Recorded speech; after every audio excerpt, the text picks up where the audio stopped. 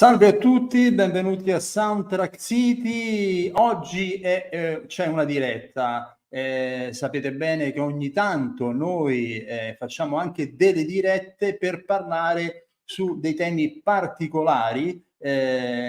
Ultimamente ci capita spesso di parlare di intelligenza artificiale. Abbiamo parlato soprattutto ultimamente di musica, intelligenza artificiale. Questa volta, oggi parliamo di cinema e intelligenza artificiale. Sapete bene che noi, il nostro programma si occupa soprattutto di musica per cinema, questa volta semplicemente cinema e intelligenza artificiale. Perché? Perché nelle precedenti puntate, se vi ricordate, c'è stato un ospite, Nicolò Bottura, che venne a parlare appunto in una delle puntate dedicate all'intelligenza artificiale, le varie implicazioni nel mondo della musica ma anche del cinema. In quell'occasione ci disse appunto che stava per partire un festival proprio completamente dedicato all'intelligenza artificiale, il Somma Campagna Film Festival. Ecco, quel festival sta per iniziare e quindi abbiamo chiamato lui e altri due personaggi legati comunque al festival. Sto parlando di Lucia Cimini, che è una giornalista che modererà tutti i talk programmati appunto all'interno del festival, e Renato Cremonesi del Verona Green Movieland, ovviamente insieme a Nicolò Bottura, che è il direttore artistico di questo Somma Campagna Film Festival. Allora io direi, prima di far entrare i nostri ospiti, di vederci il trailer del festival.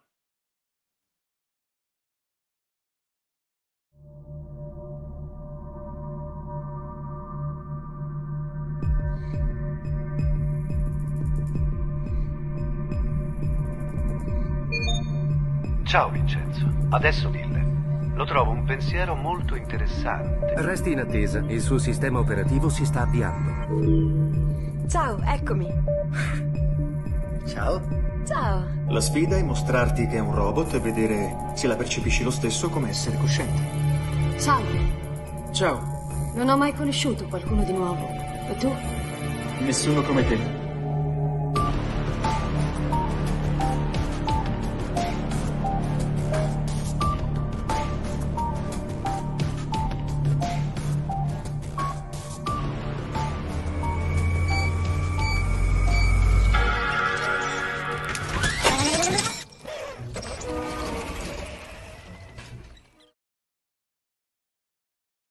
Molto bene, allora come promesso ecco qui i fantastici tre. In questo caso stiamo parlando di Lucia Cimini.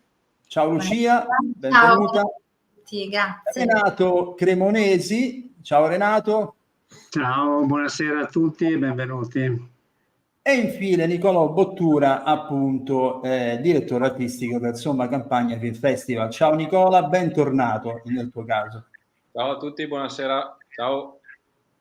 Allora, abbiamo visto questo bel trailer dove peraltro scorrono delle sequenze di film importanti, ecco, diciamo così. Questo mi fa lasciare ben sperare appunto per il programma tutto, che so che è molto ricco di eventi, talk e quant'altro. Io però la prima domanda che ti faccio, Nicolò, è un po' riguardante la genesi di questo festival, che è la sua prima edizione. Come ti è venuta l'idea di organizzare questo evento, siffatto evento? Siffatto evento, bella, questa mi piace tantissimo questa espressione. Allora, diciamo che la genesi viene in realtà dall'anno scorso, nel senso che io l'anno scorso avevo fatto un esperimento insieme a Renato Cremonesi e Comune di Somma Campagna. Avevo fatto una mini rassegna cinematografica di 2 serate e anche lì i temi, diciamo, il tema era un po' diverso perché si parlava del viaggio, però era stato affrontato anche lì con dei film legati a tematiche, ed era stato un esperimento che, diciamo, mi aveva entusiasmato molto. In realtà poi anche grazie al mio lavoro, diciamo, ho anche l'occasione appunto di approfondire tematiche sulla privacy e l'intelligenza artificiale, e quindi un giorno mi sono detto che stavo guardando un film, diciamo, di fantascienza, così un vecchio film stile Blade Runner, per farci intendere, Mm. e mi sono detto perché non affrontare il tema, diciamo, dell'intelligenza artificiale, dell'innovazione tecnologica, magari attraverso il cinema. E quindi ho parlato, diciamo, con Renato e con chi di dovere, e quindi abbiamo, diciamo, insieme, ma poi l'idea, diciamo, è venuta da me, da quelli che sono i Pillows anche, no, perché ho fondato questa community Instagram del cinema sempre l'anno scorso, proprio per questa, diciamo, passione che ho per il cinema, no, e per tutto il suo mondo.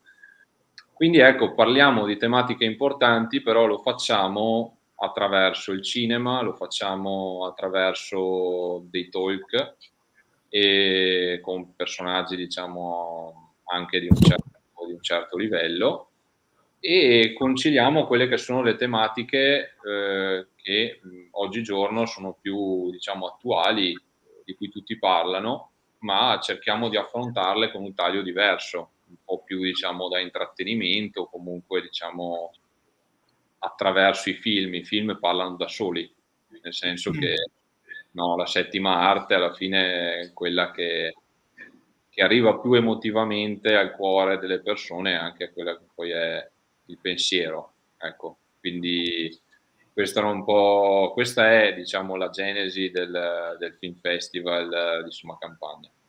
E il programma è molto, diciamo, corposo, ecco, se vuoi dire un aggettivo, e proprio perché affrontiamo queste tematiche, diciamo, dalla A alla Z, però ho scelto Ecco, diciamo un paio di cose anche per capire, per far capire a chi ci ascolta. Io so che c'è un evento in anteprima il 7 luglio, e poi invece il festival vero e proprio sarà dal 10 al 13 luglio, se non vado errato. Ecco, ci parli di questo evento in anteprima, tanto per capire di che cosa si tratta. Certo, volentieri, anche perché l'evento in anteprima in realtà è una vera chicca, nel senso che abbiamo messo insieme due personaggi, uno del mondo, diciamo, universitario, quindi abbiamo un professore dell'Università di Milano, il professor Giovanni Ziccardi, che è un professore di informatica giuridica, quindi è un giurista che si occupa di intelligenza artificiale e di nuove tecnologie, e il dottor Francesco Magagnino di Accenture, che invece ha un taglio, diciamo, molto più pratico, e quindi entrambi, diciamo, ci spiegheranno quelli che sono un po' i rischi che riguardano appunto l'utilizzo dell'intelligenza artificiale, concentrandosi da una parte sui dati e dall'altra su quella che è l'AI generativa. Quindi diciamo che è un appuntamento da non perdere, ecco, sia per coloro che magari sono un po' più appassionati di intelligenza artificiale, ma anche per coloro che magari, diciamo, non sanno molto e quindi si approcciano un po', no, a questa tematica, anche perché l'evento sarà in pieno stile TEDx, quindi sarà, diciamo, un talk, ecco, quindi magari cercando un po' di intrattenere anche il pubblico, no? Quindi coinvolgendolo con, diciamo, possibilità di fare domande, ecco, quindi... Ecco, mi sembra di capire già dall'evento in anteprima che, insomma, toccherete dei temi caldi di cui abbiamo già parlato in precedenza. Io a questo punto inizierei a fare una domanda a Lucia, perché lei invece all'interno del programma, diciamo quello vero e proprio, modererà i vari talk. Ecco, i talk, parliamo di questi talk, Lucia, di che cosa andrete a trattare? Beh, andremo a trattare tutto ciò che mi spaventa in realtà, nel senso che Nicolò mi ha proposto questa cosa, ero veramente assolutamente interessata, però sono cose che personalmente mi inquietano molto, penso all'intelligenza artificiale, che per chi come me si occupa di cultura, di giornalismo, siamo terrorizzati perché dicono che tra 15 anni, forse anche meno, nessuno più scriverà libri, i giornalisti non serviranno più, i film, gli sceneggiatori non esisteranno. E poi il clima anche, che penso che sia la sfida e l'urgenza più forte, più drammatica del momento. Quindi lì per lì ero un po' veramente traumatizzata dalla inquietante. Esatto. Quindi sarò più che forse un moderatore, sarò quasi dall'altra parte, no? Dalla parte del pubblico. Quindi spero che sarà un momento anche per capire che tipo di rapporto potremo avere poi nel futuro con l'intelligenza artificiale.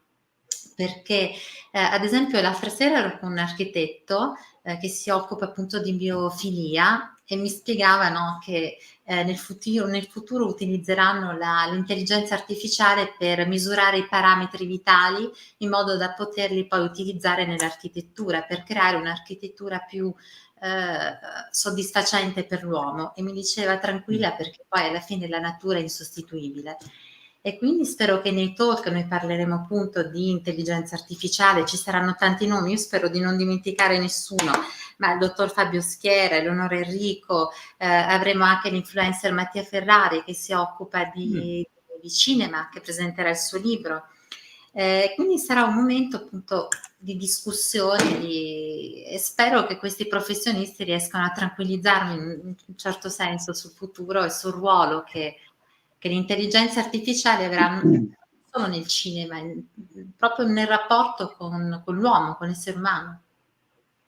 Guarda Lucia, se ti posso, da musicista, se ti posso tranquillizzare, quando abbiamo fatto questi programmi insieme a altri compositori, tutti quanti sono piuttosto preoccupati di quello che può causare l'intelligenza artificiale nella creatività.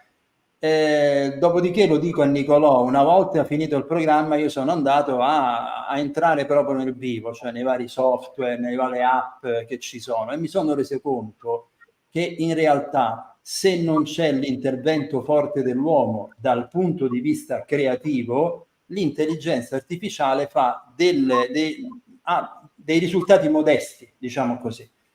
Quindi io credo che tanta così magari adesso sentiamo anche Renato, che tanti prodotti fatti dall'uomo ma di qualità medio-bassa saranno spazzati via, e questo è un bene, secondo me, non è un male, è un bene, perché per fare determinati prodotti non c'è bisogno probabilmente di grande intelligenza umana, e quindi va bene che lo faccia anche l'intelligenza artificiale.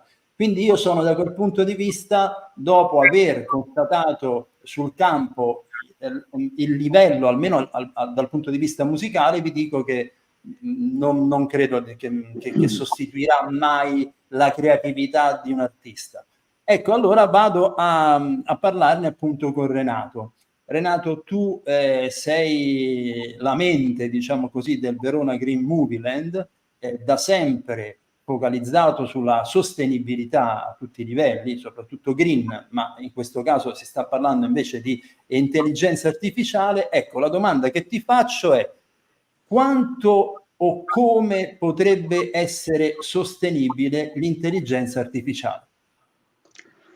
Beh, innanzitutto vorrei tranquillizzare sia Lucia che Nicolò che anche secondo me l'intelligenza artificiale non sconvolgerà la vita di nessuno, nel senso che è invece uno strumento molto utile, perché l'intelligenza artificiale non fa altro che selezionare tutto il sapere umano e in base a quello che vogliamo fare, diciamo, ci darà delle risposte migliori, ma non sarà mai geniale, cioè l'atto creativo. Quello spetta sempre all'uomo e l'intelligenza artificiale non potrà mai averlo. Quindi ci sarà sempre, appunto, come diceva prima Marco, le cose mediocri verranno spazzate via, ma le cose geniali saranno sempre gli uomini a realizzarle. Per cui credo che l'intelligenza artificiale sarà un eccezionale strumento in mano a degli uomini che sanno dopo come utilizzarlo effettivamente. Poi quanto sarà diciamo efficiente, ma soprattutto sostenibile? Allora dobbiamo pensare che l'intelligenza artificiale utilizza tantissima energia, perché ci vogliono server piazzati in tutto il mondo, server potentissimi che hanno bisogno di energia elettrica. La sostenibilità dell'intelligenza artificiale dipende da come verrà alimentata, da come verrà prodotta questa energia elettrica. Se verrà prodotta da fonte fossile non sarà sostenibile. Se invece verrà prodotta da fonti rinnovabili, a questo punto sarà sostenibile. Questo succede già nel cinema, ad esempio, se andiamo a vedere quanta CO2 produce un film, ecco, mediamente il 70% della produzione del film è nella post-produzione, cioè il consumo di energia è nella post-produzione.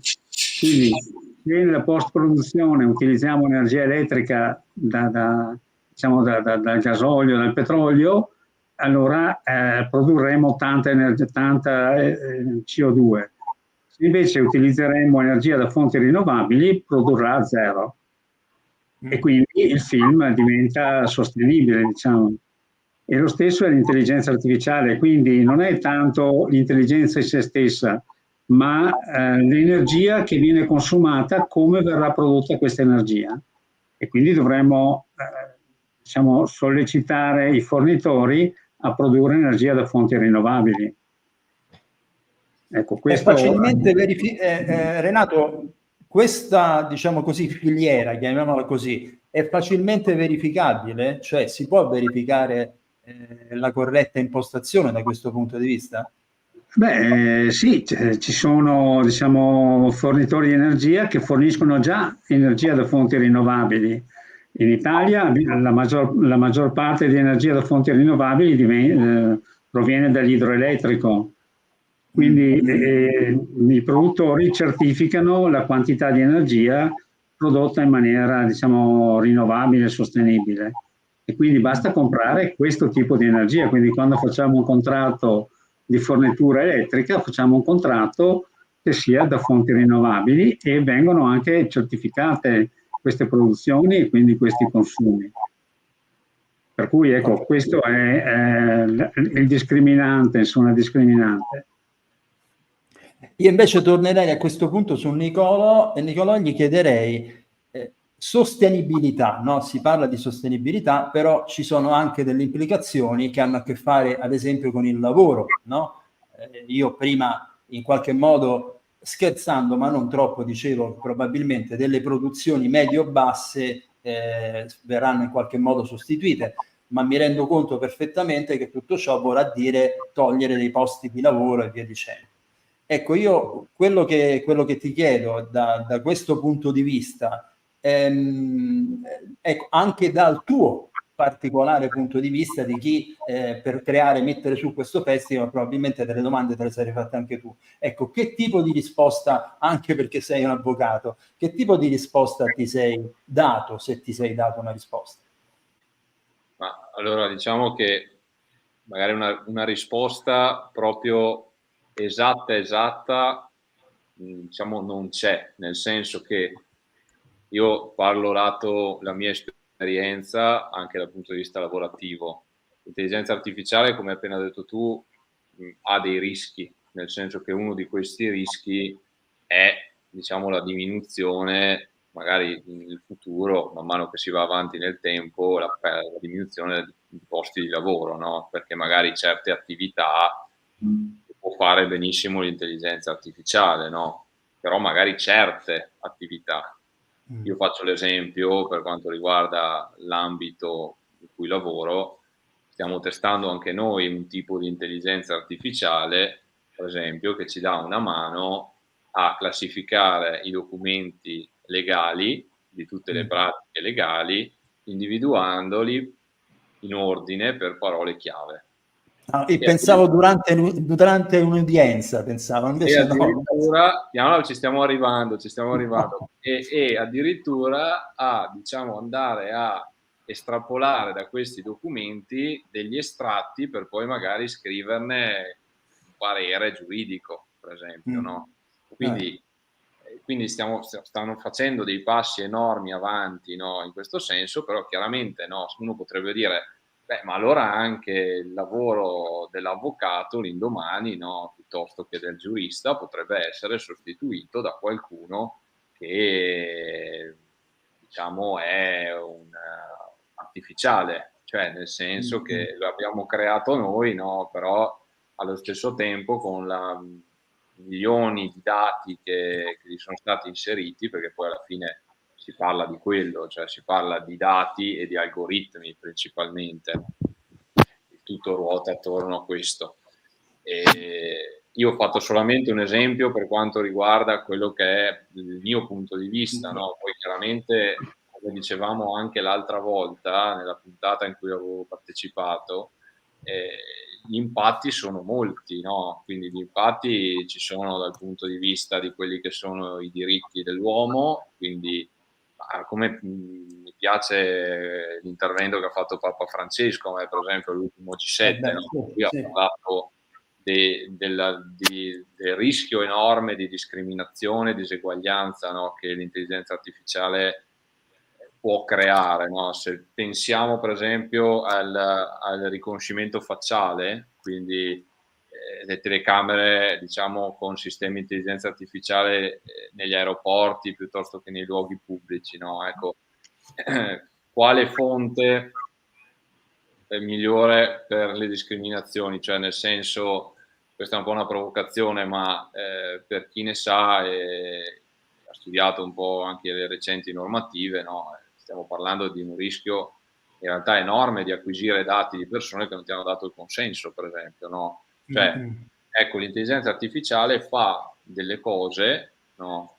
E la parola che accomuna l'intelligenza artificiale, l'innovazione tecnologica, la sostenibilità, al di là della creatività dell'uomo, è anche il rischio, secondo me. Forse perché io sono abituato a ragionare in modo, diciamo, un po' patologico, ecco, quindi ci vedo sempre un po' anche la faccia, diciamo, è la faccia, diciamo, contraria a chi invece magari è più possibilista, ecco. Perché in realtà questo crea dibattito, cioè l'obiettivo del festival, tornando un attimo un po' su quello che è il festival, è creare dibattito, cioè lasciare le persone con un punto di domanda, cioè con degli spunti di riflessione, perché chiaramente se gli diamo già noi le risposte non è neanche bello, cioè quindi bisogna che ci sia un po' di suspense, no? Questo è anche l'obiettivo, che le persone vadano a casa con un interrogativo. Chiaramente in un'ora non è che uno può sviscerare un argomento che in realtà è enorme, però magari qualche input lo lascia, ecco.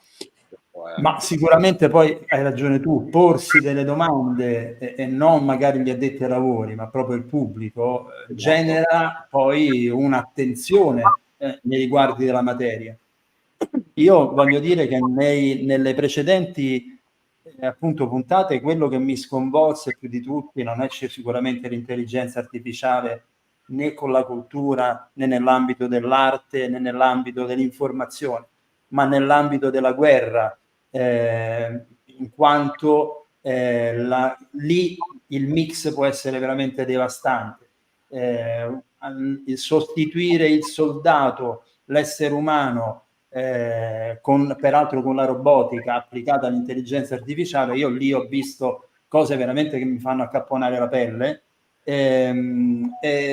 Quindi ecco, noi in fondo stiamo parlando di materie leggere, compresa quella legale. Io infatti ritornerei a Lucia e alle sue paure. Ecco, tu come giornalista, no? Tu sei una giornalista, ti sarai magari posta, lavori nella cultura che è contigua all'informazione, ti sarai posta anche il discorso della sostenibilità dell'informazione legata all'intelligenza artificiale, perché attraverso l'intelligenza artificiale si può manipolare anche molto l'informazione. Come lo vedi questo? Senti che è un problema o pensi che anche in questo caso la componente umana poi alla fine prevarrà? Ma questo è un problema enorme, ma in realtà visto nel lungo periodo soprattutto, forse andrà anche a valorizzare ancora di più l'aspetto umano, nel senso viviamo in un'epoca di fake news, no? E Sì. l'intelligenza artificiale, diciamo, ha reso la circolazione e anche la produzione di fake news sempre maggiore e sempre, come dire, accurate e poco riconoscibili.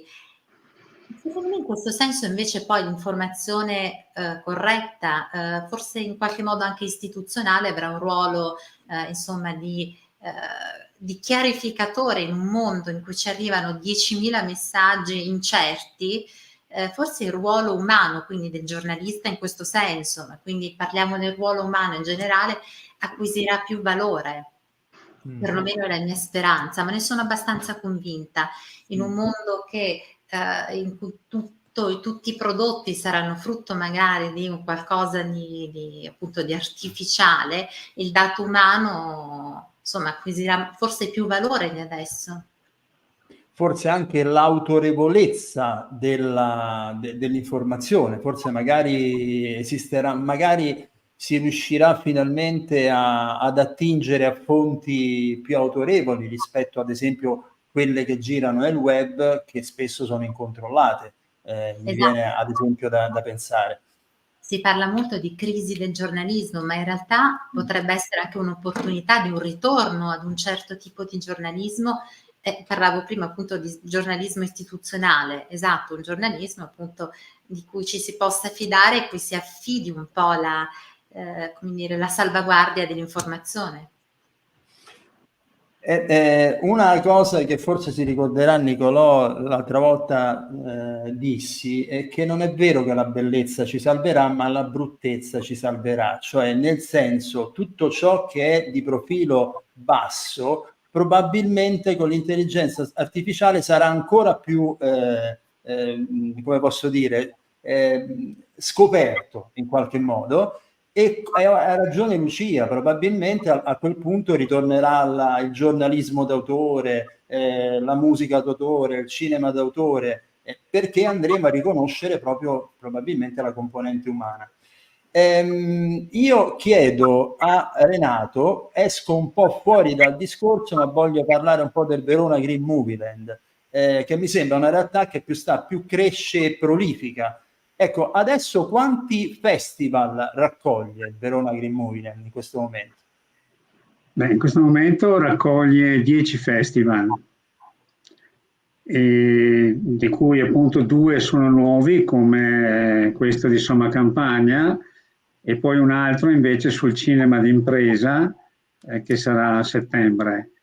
Però stiamo già progettando un ampliamento di Verona Green Movieland a livello nazionale, quindi sarà diciamo ancora più vasto. Abbiamo già dei discorsi insieme con altri festival nazionali, perché il tema generale, che è la sostenibilità, lo sviluppo sostenibile, e quindi l'obiettivo di tutto questo lavoro è diciamo di contribuire a sensibilizzare il pubblico verso questi temi della sostenibilità, perché è all'ordine del giorno dell'impatto ambientale che vediamo tutti i giorni con i disastri che succedono, che è frutto di un uso indiscriminato di energia, di risorse. Pensiamo che il 25 luglio sarà la giornata in cui abbiamo esaurito le risorse della terra. Cioè, in pratica è come se noi avessimo un capitale in banca e viviamo con gli interessi di quel capitale. Ecco, fino a qualche anno fa, fino a 25 anni fa, era così, cioè in un anno gli interessi che percepivamo, quindi quello che la natura produceva, ci bastava per vivere tutti quanti sulla terra, quindi senza intaccare, diciamo, il capitale. Invece oggi abbiamo cominciato a intaccare il capitale, quindi fino al 25 luglio stiamo mangiando con gli interessi, dal 25 luglio in poi cominciamo a mangiare il capitale. E questa giornata si avvicina sempre di più all'inizio dell'anno, per cui vuol dire che abbiamo uno sviluppo non diciamo in ordine con la produzione di risorse della terra, ma uno sviluppo che non è funzionale a risolvere i nostri problemi o le nostre esigenze, ma contiene uno spreco enorme, cioè il 60% dei consumi che abbiamo sono spreco, per cui dovremmo cominciare a ridurre questi sprechi, e una mano eccezionale ce la dà appunto la tecnologia. C'è un'equazione che dice che l'impatto ecologico è proporzionale agli stili di vita delle persone, è direttamente proporzionale al numero di abitanti sulla Terra ed è inversamente proporzionale alla tecnologia. Quindi è chiaro che nessuno di noi diciamo, vuole diminuire il proprio stile di vita o vuole ridurre i propri consumi, e quindi dobbiamo utilizzare le tecnologie, quindi studiare sempre tecnologie più innovative per cercare di entrare in equilibrio fra consumi e risorse. Il cinema è uno strumento eccezionale, è un veicolo stupendo per mandare messaggi al pubblico, sia messaggi positivi ma anche messaggi negativi. Ecco, quindi attraverso il cinema dobbiamo mandare questo messaggio di, diciamo, di sviluppo tecnologico, di sviluppo sostenibile, proprio per diciamo, far rendere conto alle persone che se continuiamo a sprecare in questo modo, se continuiamo a utilizzare le risorse in questa maniera, prima o poi non sarà un problema del pianeta, perché il pianeta ha dei cicli di vita di millenni e quindi quello sopravviverà sempre, ma in pericolo c'è la nostra sopravvivenza sul pianeta. E quindi pensiamo che il cinema sia il veicolo più adatto per sensibilizzare il pubblico verso queste tematiche.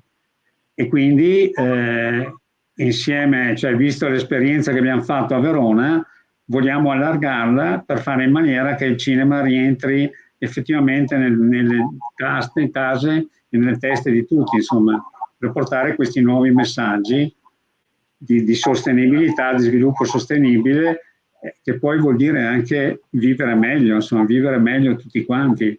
Quindi io non ho paura della tecnologia, perché non è la tecnologia che fa male o che uccide, è il modo in cui viene utilizzata la tecnologia. Perché tutte le scoperte che abbiamo fatto dalla ruota in poi, cioè la ruota non è stata una tecnologia, diciamo, negativa. È chiaro che se però uno va sotto la ruota, sotto il carro, dopo rimane ucciso, insomma, ma non è colpa della ruota in sé, è colpa di come ha guidato la macchina, l'autista, insomma. E anche l'intelligenza artificiale è la stessa cosa, è una risorsa e dobbiamo saperla utilizzare bene. Se la utilizziamo bene diventa una risorsa positiva, se invece non sappiamo utilizzarla perché non la conosciamo o non sappiamo come utilizzarla o vogliamo utilizzarla per altri scopi, allora questo è un altro discorso, insomma.